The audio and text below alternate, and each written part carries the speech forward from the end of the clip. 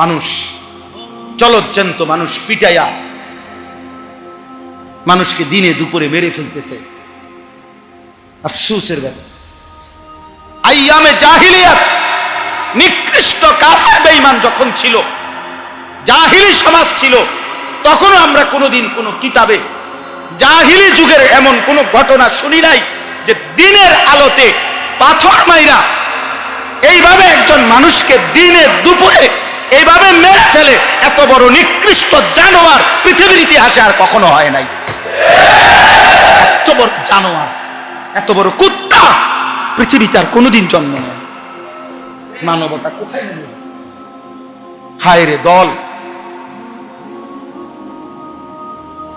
হায় রে ক্ষমতা, হায় টাকা, হায় চাঁদা। ঢাকা এত দরকার হয়ে গেল।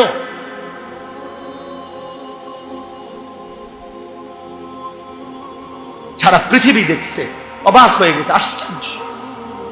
একটা মানুষ হাই গেল, ইনসানিয়ত কোথায় গেল?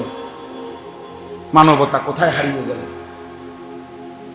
আজ সে আহত, আজ সে নিহত, আর তুমি সবসময় থাকবে অক্ষত। এর কি নিশ্চয়তা? কেউ যেন কারো নিয়ন্ত্রণে নাই। প্রত্যেকে হত্যা, খুন, ধর্ষণ, পরকীয়া মনে হয় যেন একেবারে খোলামেলা প্রকাশ্যে শুরু হয়েছে। পরকীয়া এই শব্দটা অবৈধ সম্পর্ক, স্বামী থাকার পরেও মহিলার অবৈধ সম্পর্ক, স্ত্রী থাকার পরেও পুরুষের অবৈধ সম্পর্ক। আমার মনে হয় গত 10 বছরও এত বেশি আমি শুনি নাই। এ কয়দিনে যা শুনতেছি।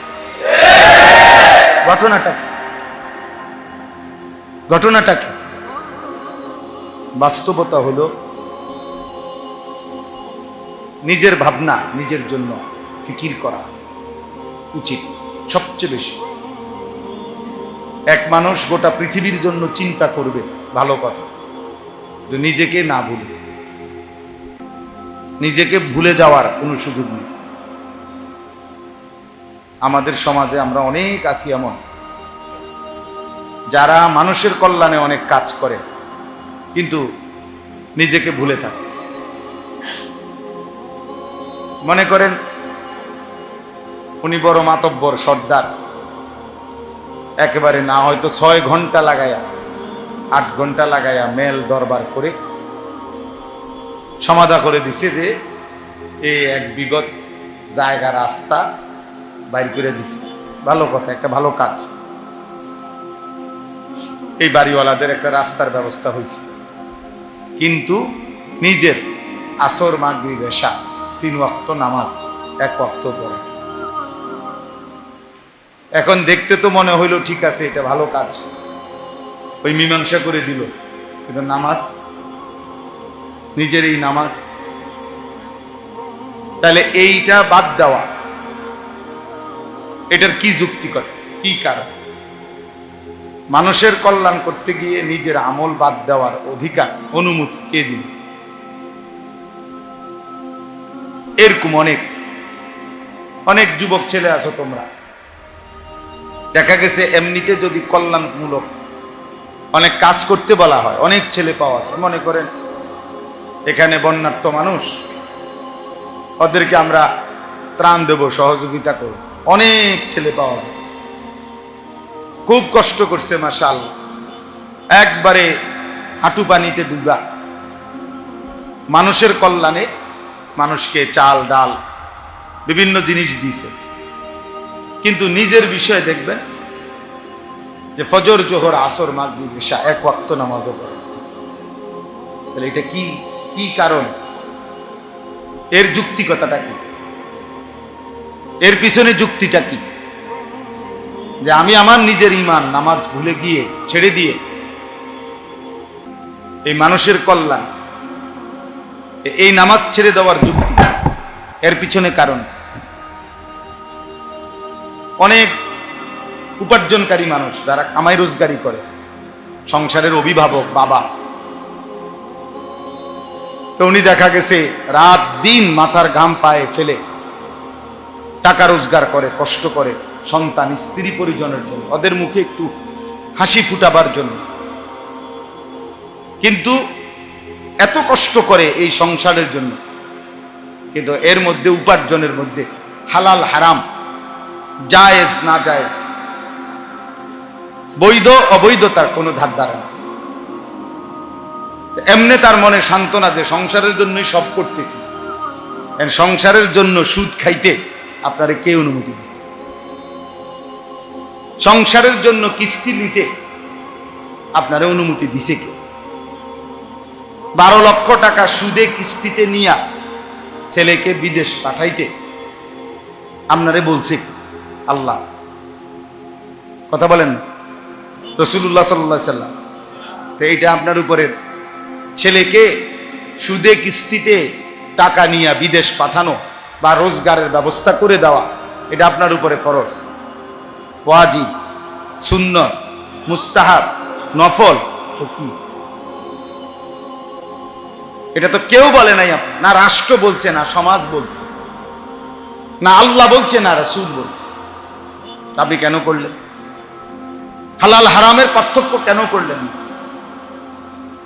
সত্যিকার অর্থে বললে যদিও মনে কষ্ট যাবে, কিন্তু বাস্তবতা হলো এই হারাম নিয়ে যেই মা বাপ, যেই বাবা, যেই অভিভাবক সন্তানের উপার্জনের ব্যবস্থা করে, এ মূলত সন্তানের প্রতি মায়া না, এ নিজে হচ্ছে দুনিয়া লুবি, এ নিজে সম্পদ লুবি। এর হিসাব হইলো আমি এখন 12 লাখ টাকা পুঁজি খাটাইতেছি, তে বিদেশ থেকে টাকা পাঠাবে 12 বছর 10 বছর, এবার আমার আসবে 1 কোটি টাকা, আমি বাড়ি করবো, বিল্ডিং করবো। এই হলো মূল, এই হলো মূল, আর কিছু না। আর যদি বলেন যে না হুজুর, সন্তানের কল্যাণের জন্যই আমি এটা করছি, তাহলে এটা কখনোই সন্তানের কল্যাণ হইতে পারে না। হারাম কখনো কল্যাণ না, নাজায়েজ কখনো কি হইতে পারে না? কল্যাণ হইতে পারে না। কোনো হারামের মধ্যে কোনো কল্যাণ নাই, আল্লাহর নিষিদ্ধ কোনো বস্তুর মধ্যে কোনো কল্যাণ, কোনো কল্যাণ। আল্লাহ তাআলা যা নিষেধ করেছেন তা আল্লাহ তাআলা তার মধ্যে কোনো উপকারিতা আছে অথচ নিষেধ করছেন, এমনটা হতেই পারে না। ইন্নাল্লাহা লা ইয়াযলিমু মিসকালা যাররা, কোরআনুল কারীমের মধ্যে আছে। আল্লাহ তাআলা নিজে বলছেন যে নিশ্চয়ই আল্লাহ এক বিন্দু, এক জাররা জুলুম করেন না। তাহলে আল্লাহ তাআলা জুলুম করতে পারেন না, আল্লাহ তাআলা জুলুম করেন। এই জন্য দোস্ত, মূল বিষয় হলো, আমি প্রথমে কথাটা বলতে চাচ্ছিলাম যে আমরা প্রত্যেকে এই ইসলাহি মজলিস, এই ছোট মাহফিল, যে বড় মাহফিল, প্যান্ডেলে মাহফিল, সিজনের মাহফিল যেটা হয়, এটার একটা উদ্দেশ্য থাকে এক ধরনের, আর এই ছোট মাহফিলের একটা ভিন্ন উদ্দেশ্য আছে আমাদের। এই জন্য আমরা এই পুরা বৃষ্টির মধ্যেও প্রতিদিন মাহফিলে যাই। এই জন্য যাই, কয়জন শ্রোতা এটা বড় বিষয় না। 10 জনের কাছেই বলি আর 1 জনের কাছেই বলি, এই ব্যক্তিগত নিজের সংশোধন, ইসলাহে নফস, আত্মসংশোধন, নিজের সংশোধন, এটা আমরা জরুরি মনে করি। এই জন্য ভাবি যে যতভাবে হোক, যতবারে হোক, ছোট আকারে বড় আকারে, চলতে ফিরতে, উঠতে বসতে, রাস্তায় হাটে ঘাটে, মাঠে বাজারে, জীবন চলার পথে একজন দাঈ যে মানুষের কল্যাণের ফিকির করে, তার উচিত মানুষকে আল্লাহর দিকে ডাকা সারাক্ষণ, সারাক্ষণ। কবি আরশ পর, কবি ফরশ পর, কবি ইধার কবি উধার, কবি উনকে দর। অর্থাৎ কখনো এদিকে, কখনো সেদিকে, কখনো নিচে, কখনো উপরে, কখনো দাঁড়ে দাঁড়ে, দুয়ারে দুয়ারে আল্লাহর কথা বলা।